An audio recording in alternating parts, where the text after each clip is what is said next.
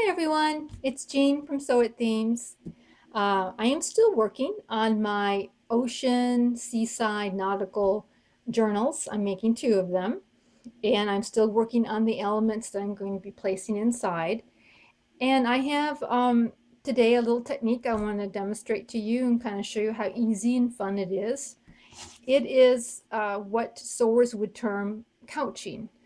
Couching means that you're sewing on cording loosely. That's the definition of it.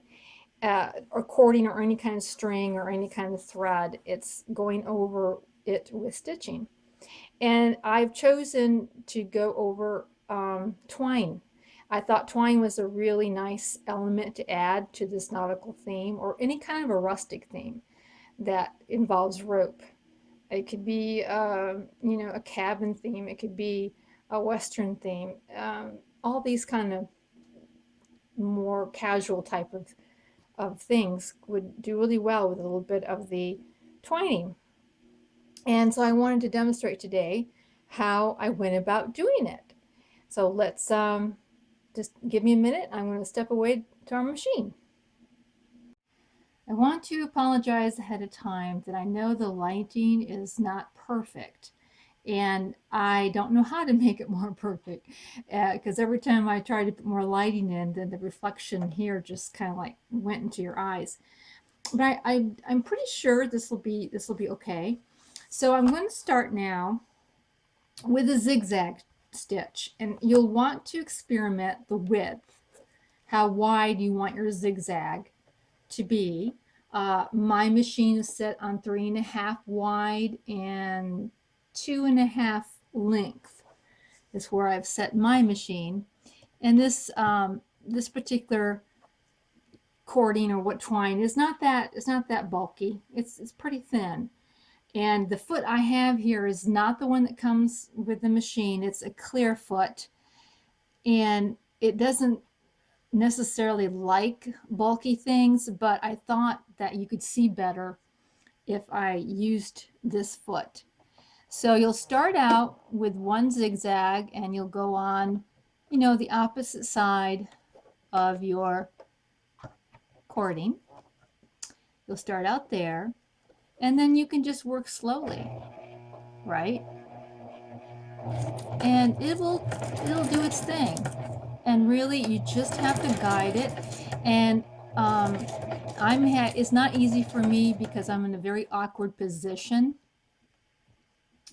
of sewing this. I'm standing up and trying to sew, leaning over my camera. But anyways, yeah, you'll just want to sew it on either side. You get to a corner.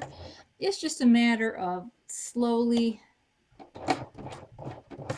going around a couple times and giving another twist.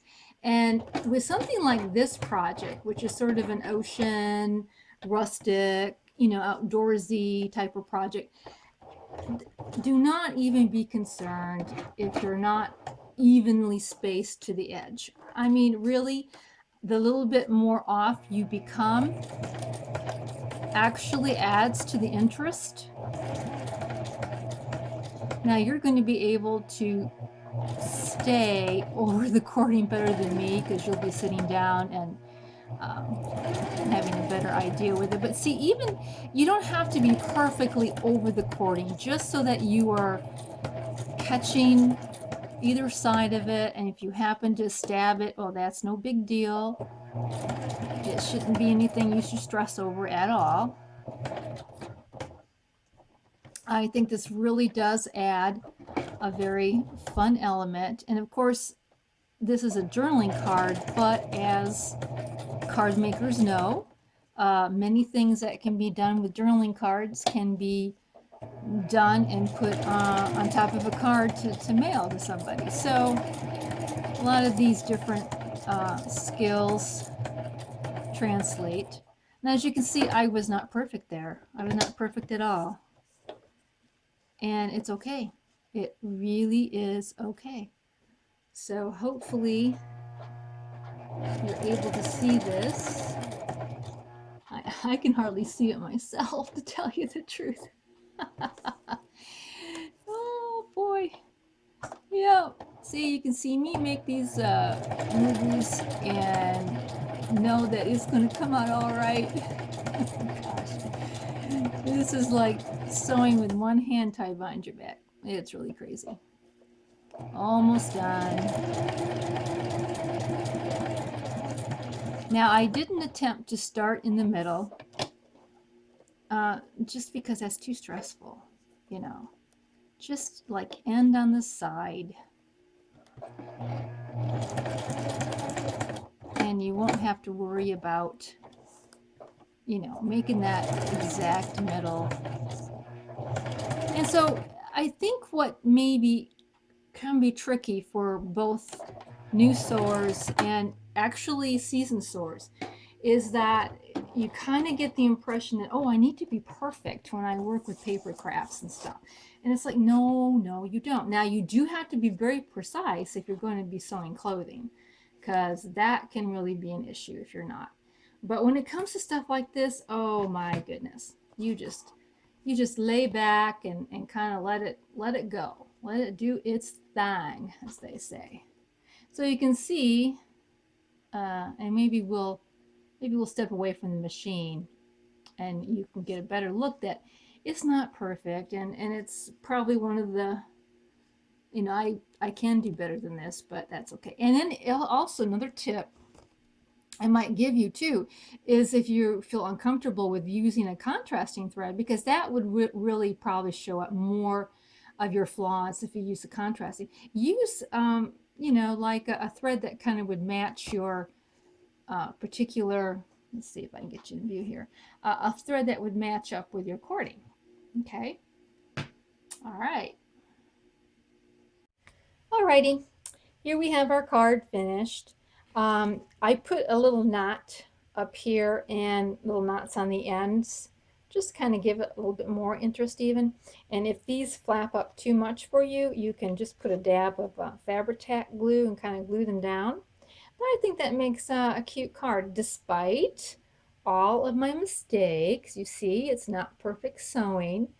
So now you can go make your own and do a better job and say, hey, I did a better job than the teacher did. So I think it just makes a nice card. Now another well, I did use the same technique, but this is just another way of doing it. I just sewed, actually there's only, it may be hard to pick up, but there's only twine here on the top. And I come down with my 2 longer strings. And then I got a little piece of clip art. I cut out a piece of cardstock to match it.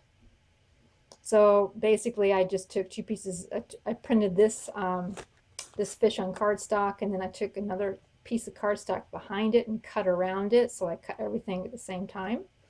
Did that for both these pieces so that way you can glue them onto the ends, and I think that is like really cute. So this will be a little pocket that will go inside of a page, but you can see that you could really put this on anything. It'd be really kind of cute there.